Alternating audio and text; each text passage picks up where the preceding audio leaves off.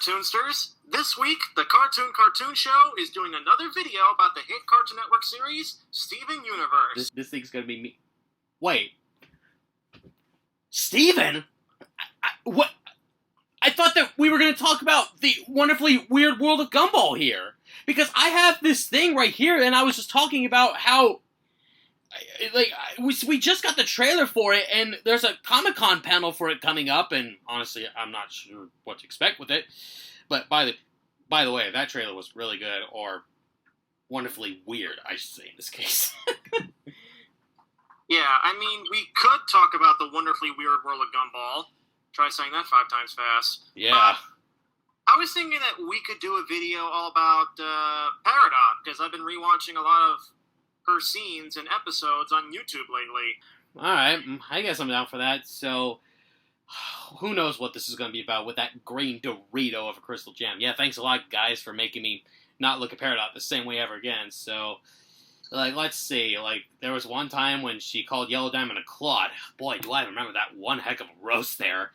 Oh, yeah, and then there's this one time when she took over Cartoon Network's entire Twitter account. Oh, yeah, that one time when she got those cool telekinetic powers and it gets metal and too short to ride. There's a lot of things I've known about that character. Lots of character development. But I remember seeing this piece of fan art by a Tumblr user named Trottings depicting Peridot with a couple fidget toys, like some people on the autism spectrum sometimes use. What? Kind of like us. What? So that actually got me thinking, is Peridot actually an autistic gem? I never even thought of this, because autism representation in animation, it's very, very rare, and usually Disney is the one who does it with Marcy and Amphibia, and then that one baby from the Proud family, Louder and Prouder, by the way. But unfortunately, to my knowledge, may I add that clearly, to my knowledge, there's no autism representation in Cartoon Network, which really ticks me off, because I really want to see that, but I could be completely wrong, but to me, from what I've seen, I think that's true, but I can't really confirm or deny that just yet. I think we should investigate this, to see if there's anything about Peridot that might make us believe that she's on the spectrum. Well, because I have high-functioning autism, and so do you, right? Yeah, one of my things is that I have incredibly sensitive hearing, and to be fair, let's not get into that one, because Peridot and the other gems don't have ears. But after the whole, the whole redemption arc with the whole thing of her becoming part of the Crystal Gems, which I absolutely adore, by the way, there's been a lot of things have me mystified about herself, that she likes to be called the Great and Lovable Peridot. That's such a great name for her. I love that. How could you do this to me? The Great and Lovable Peridot! You know, it actually happened to be... I was actually talking to somebody about this on Discord the other day, and they actually shared some interesting facts that we've seen in numerous Steven Universe episodes focusing on Peridot that might make us believe that she might have autism. Huh. It's known to most autistic people, especially ourselves, that we have a fixation or special interests. Wait, did I say that word right? Fixation? Fixation. Fixation, thank you. Just like how I have a fixation on all things Cartoon Network, hence why we made this YouTube show, and you've lately had a special interest on the Nintendo Switch 2, right? Yeah, and it's just, by the way, that system's been great, and there's a lot of special interests that I've had for quite a while now. So, what does that have to do with this? I mean, I have looked at some clips of Peridot in the show, and it came to my attention that she knows and does great with anything involving old or modern gem technology, even though she was literally made to be a neutral technician back on Homeworld, because she used to be a villain before she became a friend. Oh, so like how we saw her, colonizing that control panel, across the files with the coordinates of the cluster, and that it could have been Great Thing or something like that? Exactly. And she even knows that the equipment they used in that episode was originally used by the Diamonds when they were planning to create a colony, which they obviously don't do anymore because they stopped terrorizing the planet. So that's it. It's literally just a special interest on gem technology. And human technology, too. Okay, Remember, good. she had that voice recorder that she used to make entries for her logs, since her lemon enhancers were tossed away in the ocean by Amethyst in Catch and Release. Not to mention her tablet in Too Short to Ride. those log dates were something, but what else makes you think that it can convince us that she's autistic? Well, let's see. In the episode too far, Peridot seemed to have some trouble with social interactions with the other crystal gems, which might actually be an understatement, because we actually see how she accidentally offended Amethyst due to not understanding humans' social cues or jokes. Yeah, like when... I forgot about that defective part. Explaining how she was a quartz gem and meant to be twice as tall, broad-shouldered, and quite intimidating, and kind of like Jasper. Jasper gave me the creeps. And since sometimes I have a bit of difficulty socializing with other people, either in real life or across the internet, I can totally understand where Peridot was coming from. Okay, I see now. Okay. But I will say that, since you were just talking about that, I will say that I definitely do appreciate how she started to understand them individually, like how, like, besides from Amethyst in Too Far, like how she started to learn about Steven and the way the whole world was working in When It Rains, which, beautifully animated, by the way, may I add, and then complimenting Pearl for her personally training her own ways to be some sort of like a fire and good builder. Like, I am a Pearl! In the back of the barn. And then Garnet, being fused with Ruby and Sapphire in one of my personal favorite episodes, Log Date 7152. And I also know that according to some studies, raptor arms would be another thing about her being autistic.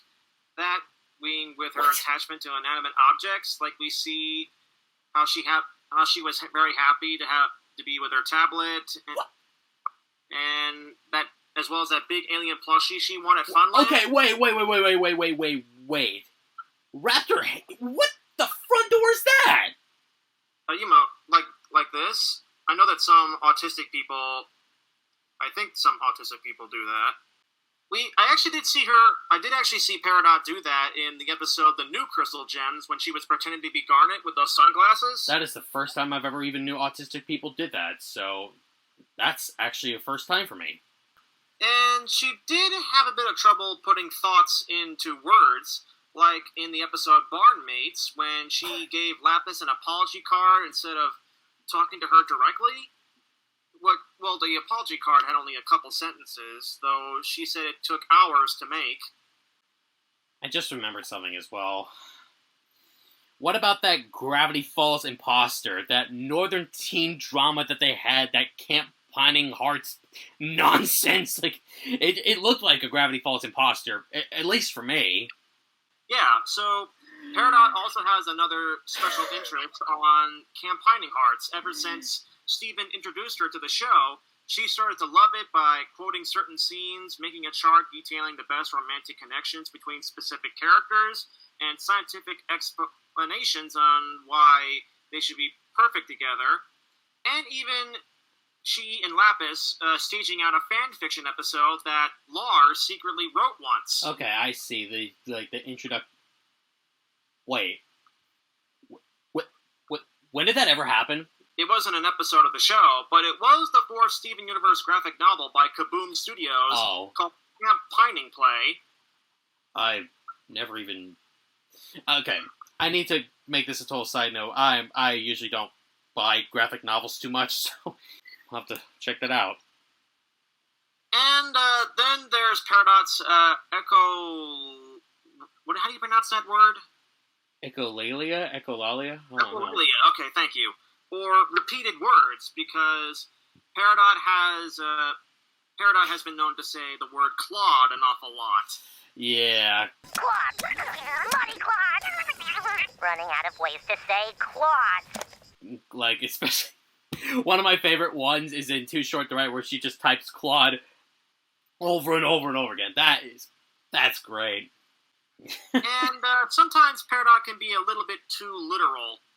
Like when Steven said, and I quote, "You're killing me," and she thought that would violate their truce agreement because Peridot was basically making Steven and Amethyst laugh with her weird names for body parts and tools and stuff. Honestly, I thought that Claude thing, I guess It's kind of is a catchphrase in a way, but that doesn't really answer my question though. Did they ever confirm that she's autistic? Because did they actually confirm this? Because if not, then what? Well, they didn't exactly confirm that Peridot is on the spectrum because now hold on, let me explain. When Rebecca Sugar, the creator of Steven Universe, was interviewed by Comic Book Resources, she did get the question about if Peridot or any other crystal gems were neurotypical, and she said, and I quote, "I don't consider Peridot or any of the gems on the show, for that matter, to be neurotypical. That is to say, most gems don't think, perceive, or behave in ways considered to be normal by the general population. So, I think it makes perfect sense that Peridot would be relatable to the neurodiverse and autistic members of our audience." Then what's the whole point of this then? Even though Peridot isn't confirmed to be autistic, I think it's actually a good thing that people like us who are on the spectrum can see a little bit of ourselves in Peridot's character when she exhibits some of the traits that we might actually have in real life. I guess I see it, but hopefully we can actually confirm this once and for all. But what do you all think about this? Do you guys think that she's on the spectrum, or do you all see yourselves in that way? Do you see her in her shoes in a way? Yeah. Do you see yourself a little bit like Peridot whenever you're watching the show, if you're on the spectrum as well? Be sure to leave your thoughts in the comments section below this video, share it with your friends, and click or tap on the subscribe button so you'll never miss a new video from us. But until then, keep believing in Steven, folks. And especially with Lost of the Stars coming soon. Well, true. And by the way, happy late birthday, Rebecca Sugar.